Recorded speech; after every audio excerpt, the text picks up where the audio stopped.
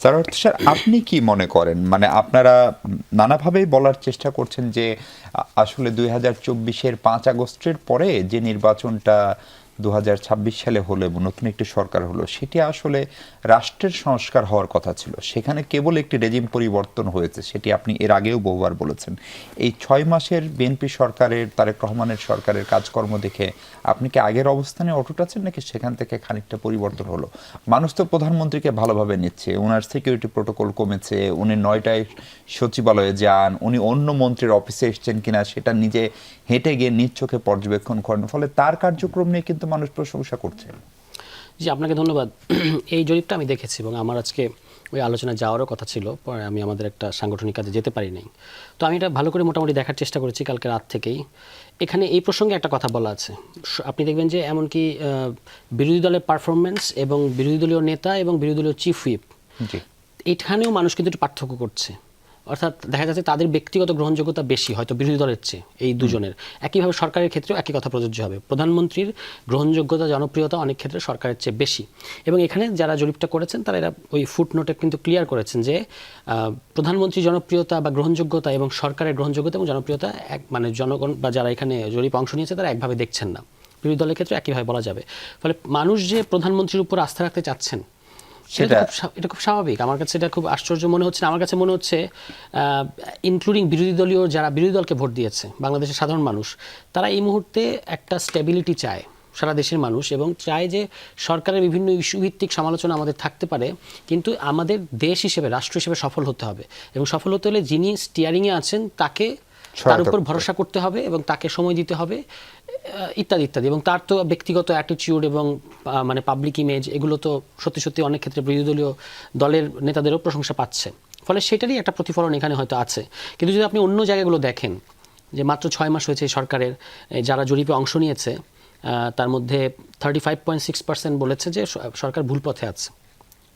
এটা কিন্তু কম না, মানে 6 মাসের সরকারের ক্ষেত্রে কম আশাবাদী দেশ নিয়ে আগের তুলনায়, 1 বছর আগের তুলনায় এই সংখ্যাটা 39%।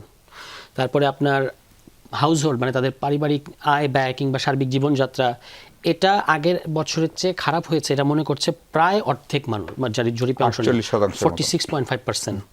তারপর আপনার অর্থনীতির অবস্থা আগের তুলনায় খারাপ হয়েছে, এটাও মনে করছে প্রায় অর্ধেক, 45.9%।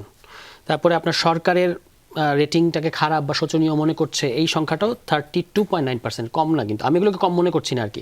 যদিও আপনি যদি সরকারের পারফরমেন্সে সন্তুষ্ট, হয়তো সংখ্যাটা বেশি, কিন্তু 32.9% মানুষ মনে করছে সরকারের পারফরমেন্স ভালো না, এই সংখ্যাটা খুব একটা, মানে একেবারে উড়িয়ে দেওয়ার মতো না, এটা একটা যথেষ্ট ভারী সংখ্যা। আচ্ছা, এবার দেখেন সবচেয়ে ইম্পর্টেন্ট যেটা নিয়ে আমি আজকে যত পত্রপত্রিকা রিপোর্ট হয়েছে, এইটা খুব একটা পিক করা হচ্ছে না।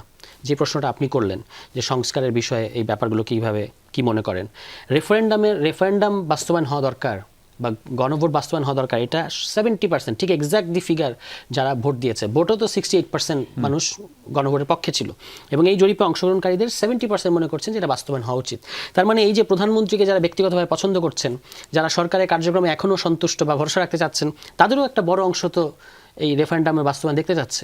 আমরা কিন্তু এই কথাটাই বারবার বলে এসেছি যে আপনি ভোটে দেখেন বিএনপির ভোট পেয়েছে, মানে বিএনপির জোট 51%, আর রেফারেন্ডামের রেজাল্ট হচ্ছে 69%। ফলে এটা খুব মানে পরিষ্কার বোঝা যায় যারা বিএনপিকে ভোট দিয়েছে একটা বড় অংশ আসলে গণভোটেও হ্যাঁ ভোট দিয়েছে।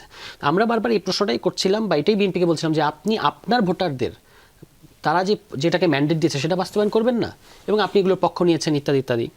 একইভাবে এই আজকে আমরা আরেকটা জরিপ দেখছিলাম, সেটা হচ্ছে IRI এর একটা জরিপ, তারা তাদের ওয়েবসাইটে তুলে দিয়েছে, মার্কিন সংস্থা। হ্যাঁ, তো তাদেরও কিন্তু এখানে অনেকগুলো জিনিস ওভারল্যাপিং করবে, মানে প্রবণতাগুলো, সেখানে মানুষের কনসার্নগুলো কিন্তু যে 3টা প্রতিশ্রুতি সরকার শপথ গ্রহণ করার পরে দিয়েছিল, আইন শৃঙ্খলা ঠিক করবে, মানে অগ্রাধিকার, আইন শৃঙ্খলা, দ্রব্যমূল্য এবং জ্বালানি, আর এর পাশাপাশি বেকারত্ব বা আনএমপ্লয়মেন্ট, হ্যাঁ, এগুলোই কিন্তু মানুষ মনে করছে যে এখানে সিগনিফিক্যান্ট একটা মানে ব্যাকস্টেপিং আছে, এখানে সরকারের ইমপ্রুভ করা দরকার, এবং সেগুলো ইমপ্রুভ করা দরকার। এবং এর পাশাপাশি তারা মনে করে যে গণতান্ত্রিক সংস্কারগুলো, যারা আরেকটু ইনফর্মড এবং কারা জরিপে অংশ নিচ্ছে, তাদের মধ্যে তো শিক্ষাগত যোগ্যতা কোথায় থাকে, আরবানে থাকে নাকি রুরাল এরিয়া থাকে, সেগুলোও তো অনেক ধরনের ডেমোগ্রাফিক বিশ্লেষণ হয়েছে।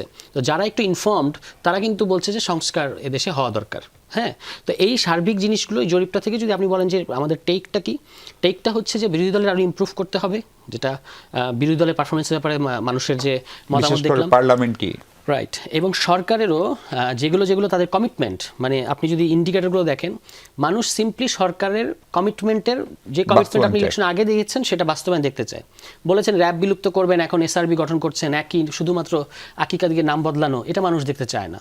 আপনি বলেছিলেন যে খায়রুল সাহেবকে বিচারের আওতায় আনা হবে, এখন আপনি তাকে জামিন দিচ্ছেন। আপনি ওই যে দুদকের ক্ষেত্রে এটা কিন্তু জামিন দেওয়া মানে কি বিচার না করা? না, মানে তার বিচার হলো কোথায়? তার তো বিচার, এটা এক ধরনের ছাড় দেওয়া আর কি তাকে, তার যে অপরাধ সেটার তো সেইভাবে কোনো বিচার হয় না। এগুলো আমরা জানি যে এগুলো এক ধরনের সমঝোতা বা এরকম হয়। যাই হোক, এটা আমি একটা উদাহরণ দিলাম। কিন্তু ধরেন দুদকের যে আপনার অ্যাপয়েন্টমেন্টস, জি, এটা নতুন। আইনজ্ঞরা বলছেন যে আপনার যারা সাবেক বিচারপতি তারা কিন্তু কোনো লাভজনক পদে বসতে পারেন না সংবিধানের 99 অনুচ্ছেদ অনুযায়ী। তা আপনি এমন একজনকে বসিয়েছেন যিনি সাবেক বিচারপতি, এবং এটা সরাসরি সংবিধানের সাথে সাংঘর্ষিক। তো এটা অন্য কাউকে নিয়োগ দেওয়া গেল না এখানে। প্রথমত 5 মাস আপনি এই পদটা খালি রাখলেন, এখন না, এমন না একজনকে দিলে তো বসিয়েছেন- সেই একজন সাবেক আমলাকে হয়তো দিতে হতো। সাবেক আমলা মানে জি। ঠিক আছে, সাবেক আমলা দিলেও তো আপনি তো বারবার একটা কথা বিএনপি বলেছে, আমরা সংবিধানকে আপহোল্ড করতে চাই। তো এখন তো এটা সংবিধানের সাথে সাংঘর্ষিক একটা কাজ আপনি করলেন, এবং যেটা 99 অনুচ্ছেদে পরিষ্কার বলে দেওয়া আছে যে আপনি সাবেক বিচারপতিকে আগে এরকম উদাহরণ আছে যে কমিশনারদের বসানো হয়েছে, কিন্তু চেয়ারম্যান পদে পরিষ্কারভাবে বলা আছে যে লাভজনক পদে আপনি বসাতে পারবেন না। তো সেরকম একটা বসানো হয়েছে, এবং আইনজীবী বা যারা আইন বিশেষজ্ঞ তারা কিন্তু ইতিমধ্যে এটা নিয়ে কনসার্ন জানিয়েছে। তো যেগুলো আপনার ম্যান্ডেট সেগুলোর বাইরেরও অনেক কাজ হচ্ছে, বা সেগুলোর সাথে সাংঘর্ষিক অনেক কাজ হচ্ছে, এবং 6 মাসের মাথাতেই যেই ধরনের ইকোনমিক প্রেশার, জ্বালানি ইত্যাদি বিষয়, পলিটিক্যাল যে ক্রাইসিসগুলো তৈরি হচ্ছে রিফর্ম কেন্দ্রিক বিরোধী দলের সাথে, জিও পলিটিক্যাল যে অ্যাঙ্গেলগুলো তৈরি হচ্ছে, এগুলো কিন্তু একসাথে সামাল দেওয়ার মতো না। ফলে আপনাকে মানে সবসময় আপনি তো ওই যে মাননীয় স্বরাষ্ট্রমন্ত্রী 32 নম্বর দফা 33 নম্বর দফা বাস্তবায়ন করেছেন, এটা নিয়ে অনেক খুশি। তো আমরা তো জানতে চাচ্ছি আপনার 31 নম্বর 31টা দফার কী হলো?